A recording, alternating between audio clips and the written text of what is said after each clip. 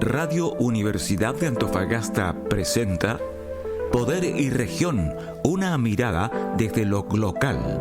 Un programa del Centro de Estudios Públicos Regionales de la Universidad de Antofagasta. Conduce Jorge Molina y David Cuba. Estimadas amigas y amigos de Poder y Región, un programa del Centro de Estudios Públicos Regionales de la Universidad de Antofagasta que se prepara gracias al apoyo técnico de la Unidad Audiovisual del Departamento de Televisión de la Universidad de Antofagasta. Bienvenidos porque hoy nos toca hablar de diversos temas.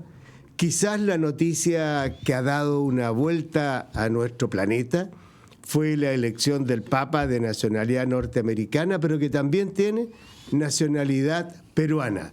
Hoy contamos con la presencia, además de nuestro permanente profesor David Cuba, con el profesor Luis Varela, distinguido profesor del área de Derecho Penal de la Facultad de Ciencias Jurídicas de la Universidad de Antofagasta, y Jorge Molina, quien les habla. David, Luis, bienvenidos.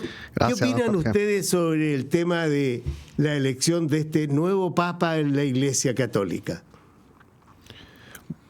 David. Bueno, vamos a comenzar por aquí. Bueno, primero que todo, contento siempre de estar aquí, estar obviamente en el foco permanente de la actualidad, tanto internacional como nacional.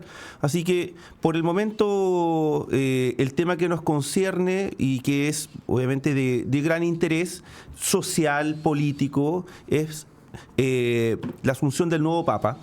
Y en este contexto pienso que para la Iglesia, ¿cierto?, y para el espíritu y tradición católica de muchos pueblos, sobre todo en el caso de Chile, merece especial atención, ya que llama un poco la atención, ¿cierto?, que el nuevo Papa precisamente tenga este origen tanto norteamericano, ante todo, que es precisamente lo que más resalta, pero también obviamente también tiene raíces de nuestros hermanos del Perú.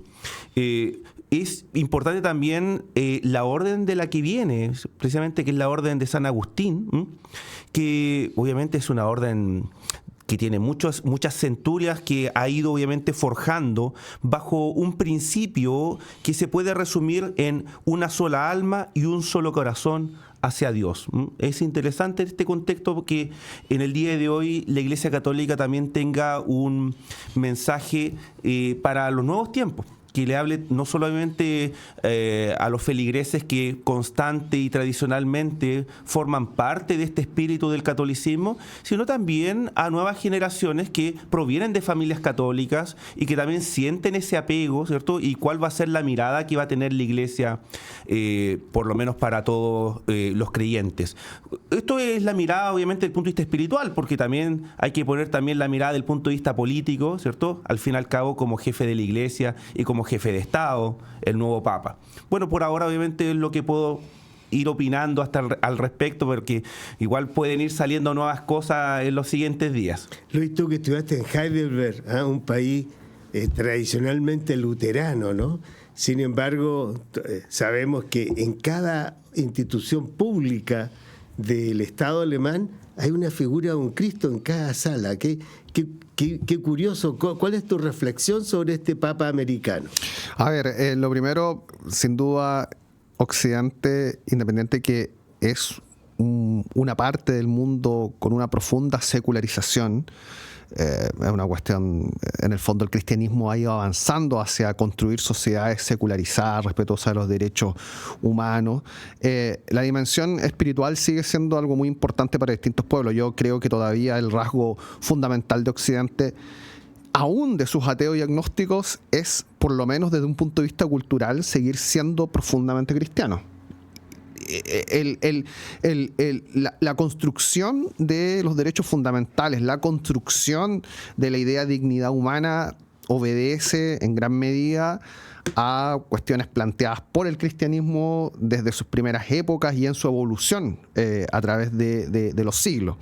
Entonces, desde ese punto de vista, claro, bueno, el ejemplo que me pone usted en Alemania eso en algún momento fue un motivo de discusión que tuvo que zanjar el Tribunal Constitucional alemán, particularmente en Bavaria, en Bayer, cuando algún grupo de padres pertenecientes a otras religiones, particularmente musulmana, presentaron un recurso reclamando por esta situación porque afectaría de alguna manera la libertad religiosa, y el Tribunal Constitucional alemán expresamente dijo en su sentencia de que la cruz de Cristo era un signo no meramente religioso, sino un signo que marcaba culturalmente Occidente.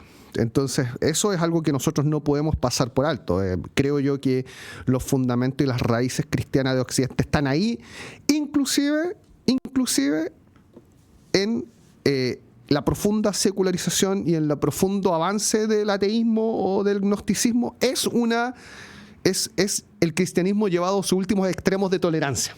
Mira, qué interesante, porque la reflexión de ese Tribunal Constitucional por la incidencia ya no solo religiosa, sino que en el tema cultural, que para los que puedan ser agnósticos o ateos es muy relevante, ¿no? Porque la primera construcciones sobre los conceptos de derechos humanos tienen una profunda raíz un poco religiosa, ¿no? Porque le atribuyen al hombre tener derechos antes de su existencia. Sí.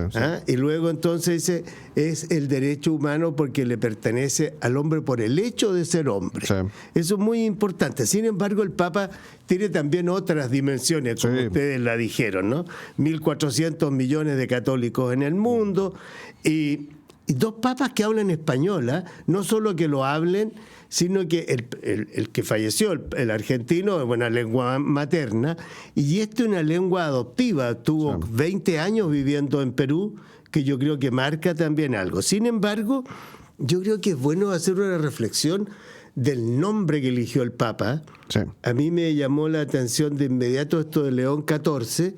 Todos los vaticanistas y opinólogos sobre esto han encontrado algo en que le encuentro razón. León XIII marca un antes y un después en la Iglesia por la creación de la doctrina social de la Iglesia, sí. Que ha dado Paula muchas cosas. Sí.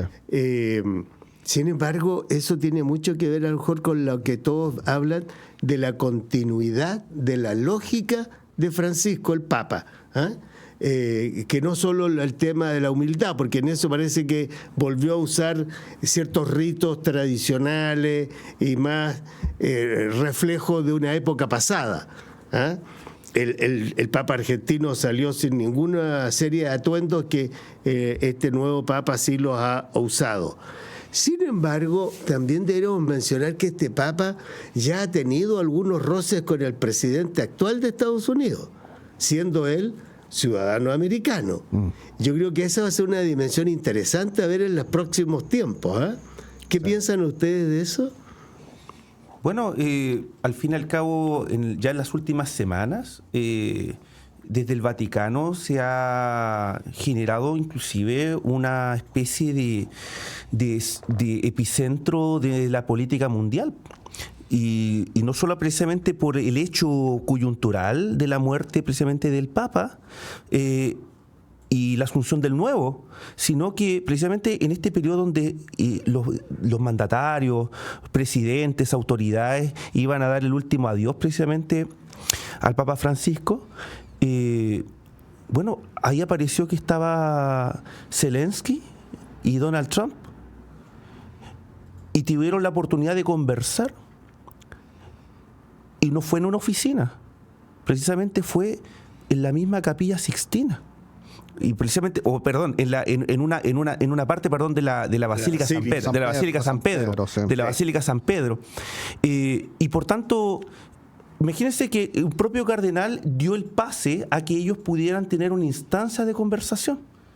Y no fue a puertas cerradas y no fue también en un lugar apropiado que uno podría decir tradicionalmente para ellos. Pero ahí estaban, actores de la política mundial. Y por tanto, el Vaticano en el último tiempo se ha convertido precisamente en un gestor de la política mundial, ya sea en el ámbito como mediador o por lo menos coyunturalmente ha estado presente. Por lo mismo, ya con estos mismos roces que ha tenido con el presidente Donald Trump, el actual Papa, puede por lo menos marcar por lo menos un cierto mensaje de completa independencia del Estado Vaticano, primero que todo como ente político, y sobre todo también desde el punto de vista también religioso o espiritual, que también obviamente da un mensaje también a todos los feligreses. Creo que por lo menos es lo que uno podría ir a primera vista ir destacando en estos primeros días. Sí, perfecto. Yo creo en este punto de que la Iglesia, más que convertirse, está recuperando un rol que jugó históricamente. De hecho, probablemente la diplomacia internacional, en los términos que lo conocemos hoy en día, es un invento de la Santa Sede, ¿sí? Los embajadores, las relaciones internacionales de la República Cristiana, mediando entre reyes, entre estados, en sus guerras, era un rol que tradicionalmente la Iglesia Católica Romana de la Santa Sede cumplió. Ahora, en cuanto a las relaciones que va a tener con Trump, uno confía y parte de la base también de que finalmente el rol que asume el nuevo Papa es la de ser de un jefe de Estado y además el cabeza de una de las principales ramas de la cristiandad junto a la rama protestante y ortodoxa, y desde ese punto de vista él va a estar de parte de los intereses de la Iglesia, de la Iglesia y del cristianismo, más allá del presidente Trump, que al final de cuentas, si uno lo mira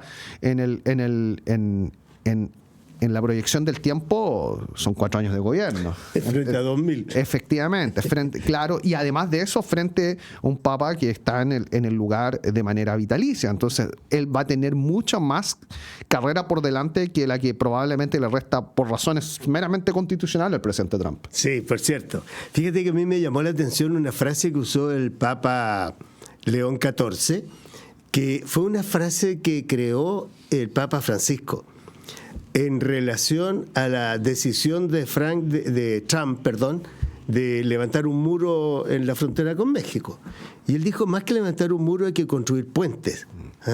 Y este nuevo Papa usa esa misma frase en su primera alocución. La Iglesia debe construir puentes. Vale decir, lo que tú señalaste, David, muy bien, ese gesto de haber reunido en el momento mismo en que están sepultando al Papa a 2 personas que semanas antes se habían tratado pésimo en la Casa Blanca, creo que fue un tremendo gesto diplomático. Sí. Que los chilenos también lo valoramos con la presencia en Chile del cardenal Zamoré.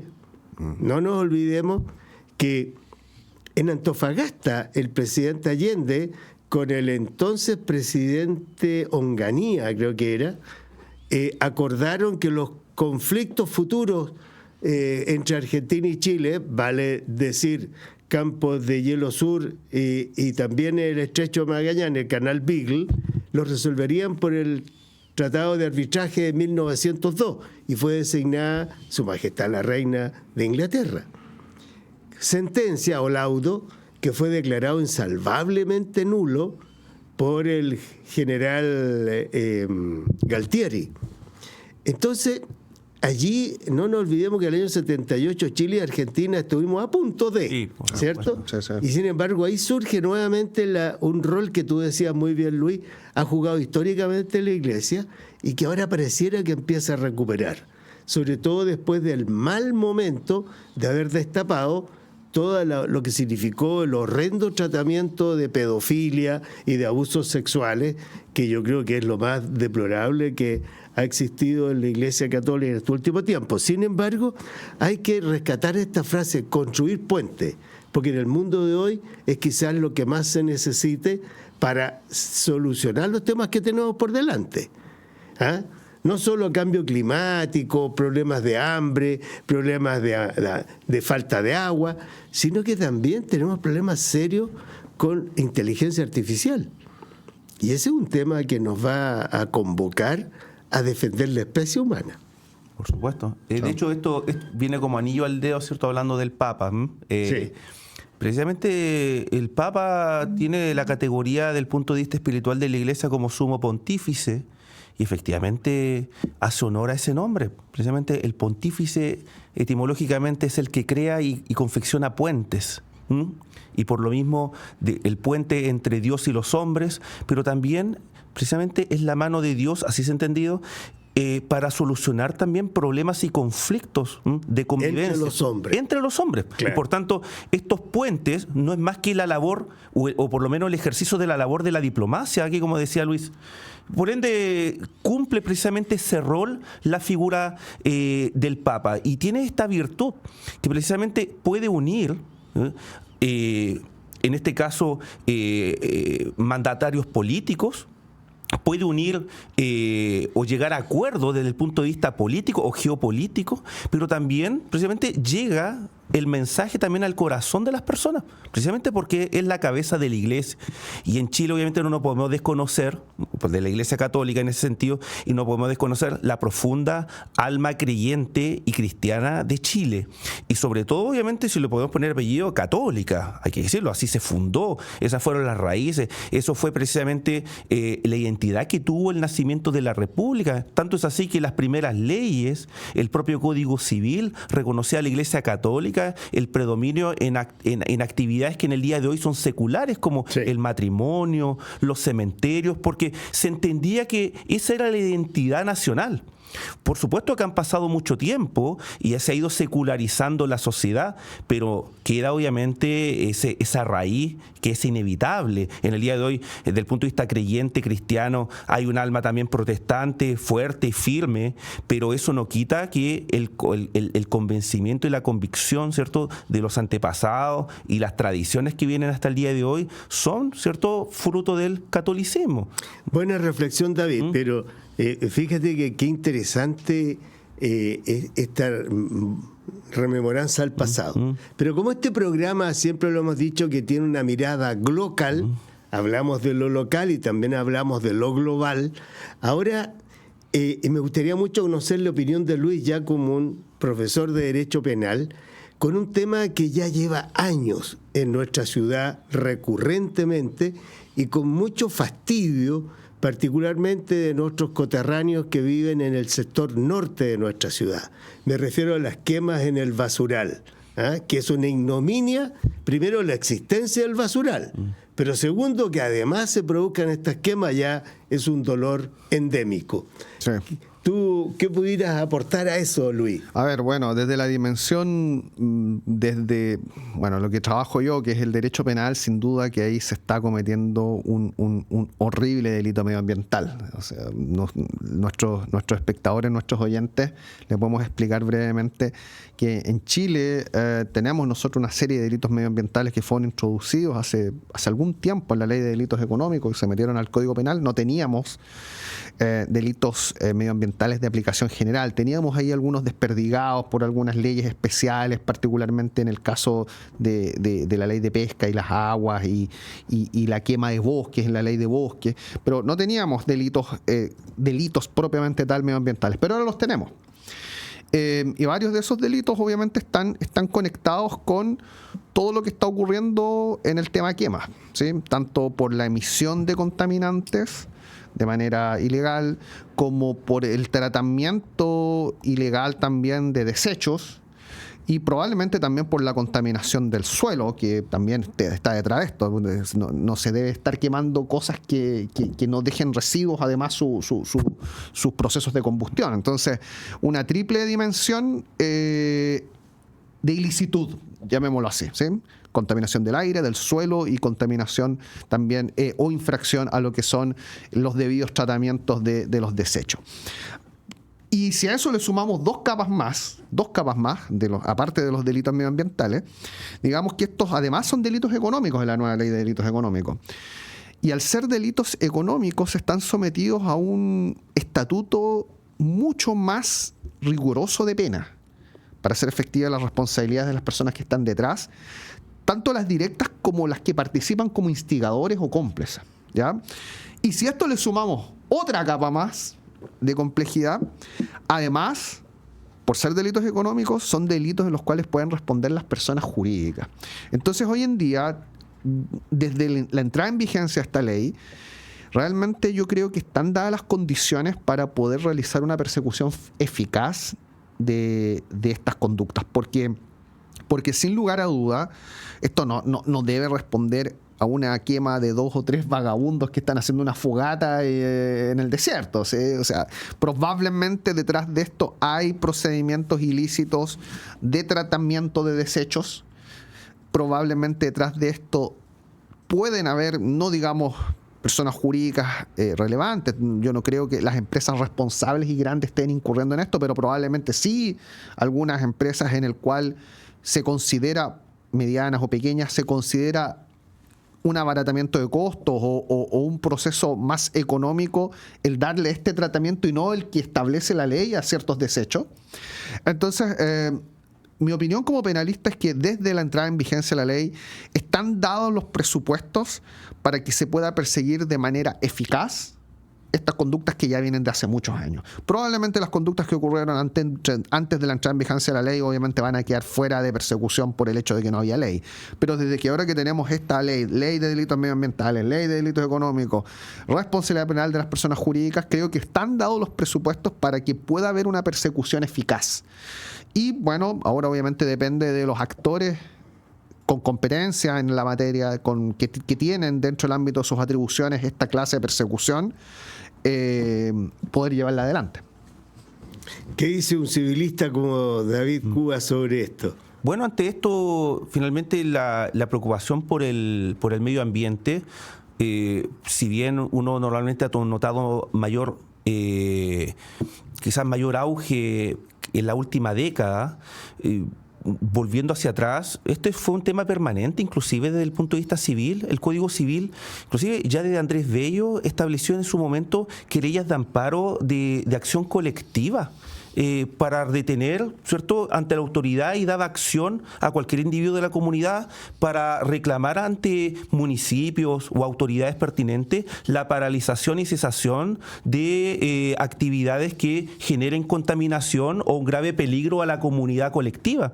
O sea, si uno parte desde ahí está como los primeros indicios. Por supuesto que en el día de hoy el medio ambiente libre de contaminación está tanto protegido y consagrado en la Constitución, y hay leyes por supuesto ya una ramificación de leyes de orden administrativo, ambiental, penal, que vienen por lo menos ya a poner de forma quizás más concreta un término o por lo menos una sanción un poco más convincente o por lo menos que se sienta, por lo menos en este punto, con mayor fuerza a las personas. Y por lo mismo, no hay que olvidarse también que en este caso, cuando afecta a una ciudad, un tema de un basural, que también obviamente es una situación irregular, y obviamente la cara visible terminan siendo las autoridades, y por tanto obviamente tienen que tener un rol activo en este punto, y ahí está obviamente la preocupación constante, porque a los vecinos, al ciudadano, y las consecuencias de la contaminación terminan generando responsabilidad. ¿Y la gente con quién se va a quejar?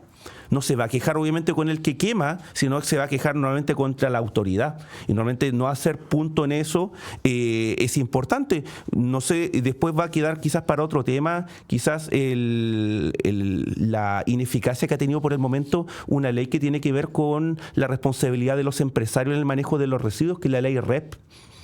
Que igual es una cuestión que también viene fuerte en estos últimos años, y no se ha puesto mucha fiscalización en ese tema, y las grandes empresas, aquí hablo de las grandes empresas, tampoco han tenido la especial preocupación de lo que indica la ley en cuanto a los porcentajes de manejo de residuos. Así que, y esto afecta también a las mineras y a los contratistas. Así que bueno, esa es la mirada que puedo ver desde el punto de vista civil. Sí, fíjate que eso fue lo que vino ayer a inaugurar el presidente Boric, ¿no? Que es la planta recicladora de estos grandes neumáticos que usan los camiones mineros de cientos de toneladas de carga. Y es muy significativo eso cómo reusar esos documentos. Sin embargo, hay una reflexión que hacer. La sociedad chilena fue renuente a tener delito contra el daño medioambiental. Eso ha sido histórico. Fíjate que la ley de medio ambiente que se pudo tener en el gobierno del presidente Aylwin duró casi 4 años su tramitación. Fue muy lenta y el delito ambiental quedó excluido expresamente.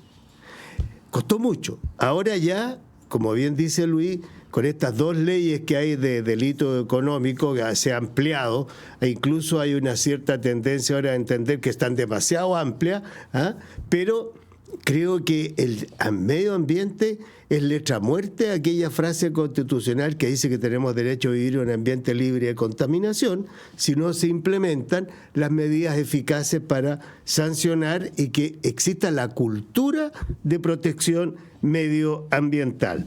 Fíjate que yo nunca me olvidaré que cuando el barco por ahí por el año 2004, que chocó contra una roca aquí frente a la playa Las Petroleras, e inundó la costa de petróleo, me acordaba que un par de años antes a ese evento, en un barco también le pasó lo mismo en Galicia. Bueno, el capitán del barco en Galicia, los gallegos, lo metieron preso, porque la ley española sanciona como delito el daño ambiental. Sin embargo, en Chile, el capitán al otro día tomó un avión y se fue. Y nunca más se supo. Entonces, yo creo que es muy relevante porque, si bien es cierto, la ley medioambiental contempla medidas de reparación, medidas de compensación, eso hay que hacerlo efectivo con procedimientos ágiles para que judicialmente se produzca la reparación y la compensación a las comunidades afectadas.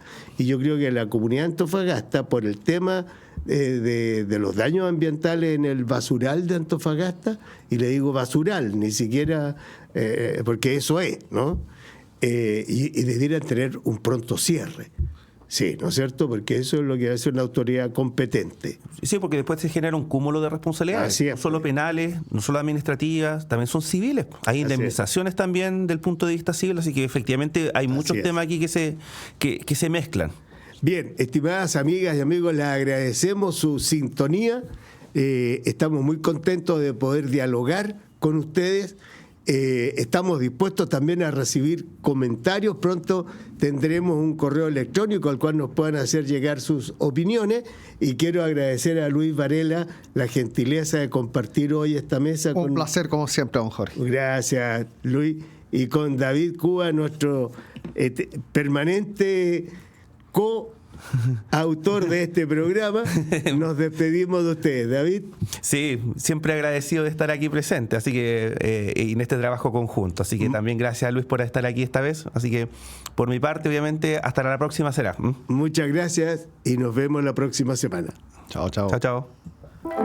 Hemos presentado Poder y Región, una mirada desde lo local, espacio de vinculación académica conducido por los académicos Jorge Molina y David Cuba.